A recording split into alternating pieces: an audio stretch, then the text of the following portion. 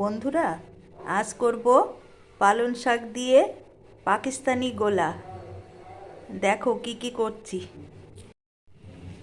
পালং শাকটা গরম জলে দিয়ে সেদ্ধ করে নিতে হবে, নিয়ে পেস্ট করতে হবে। তাই গরম জলের মধ্যে দিচ্ছি একটু নুন, আর দিচ্ছি একটু সর্ষের তেল,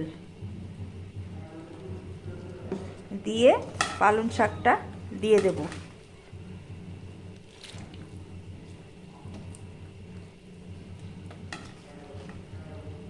এবার ভাপিয়ে নিয়ে পেস্ট করব। আর এই গোলাটা তৈরি করতে লাগবে ময়দা, আর সেই সাথে চিনি, একটুখানি নুন, আর দিতে হবে ইস্ট,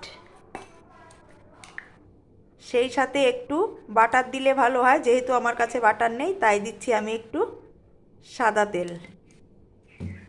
আর দিতে হবে পালং শাকের গোলাটা, পালং শাকের পেস্টটা, যেটা দিয়ে আমি গোলাটা তৈরি করব।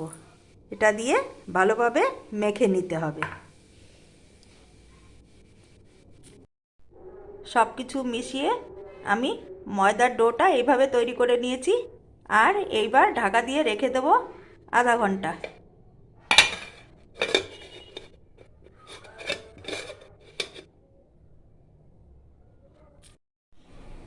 চলে এলাম আধা ঘন্টা পরে।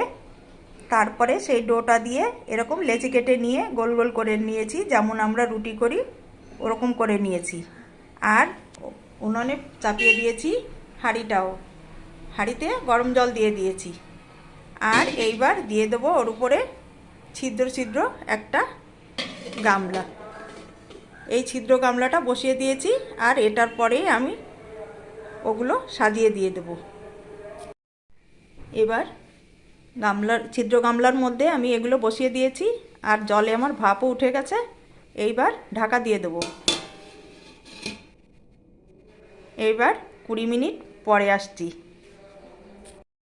বন্ধুরা, গোলাটা আমার ভাপানো হয়ে গেছে। এইবার নামিয়ে রেখেছি।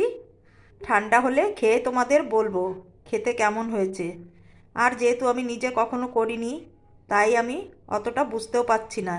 যেহেতু এই প্রথমবার করেছি, তাই আমি পরে জানাচ্ছি। করে নিয়েছি আরও কটা, আর আগেরটা আমার ঠান্ডাও হয়ে গেছে। আর খেয়েও দেখেছি, খেতে ভালোই হয়।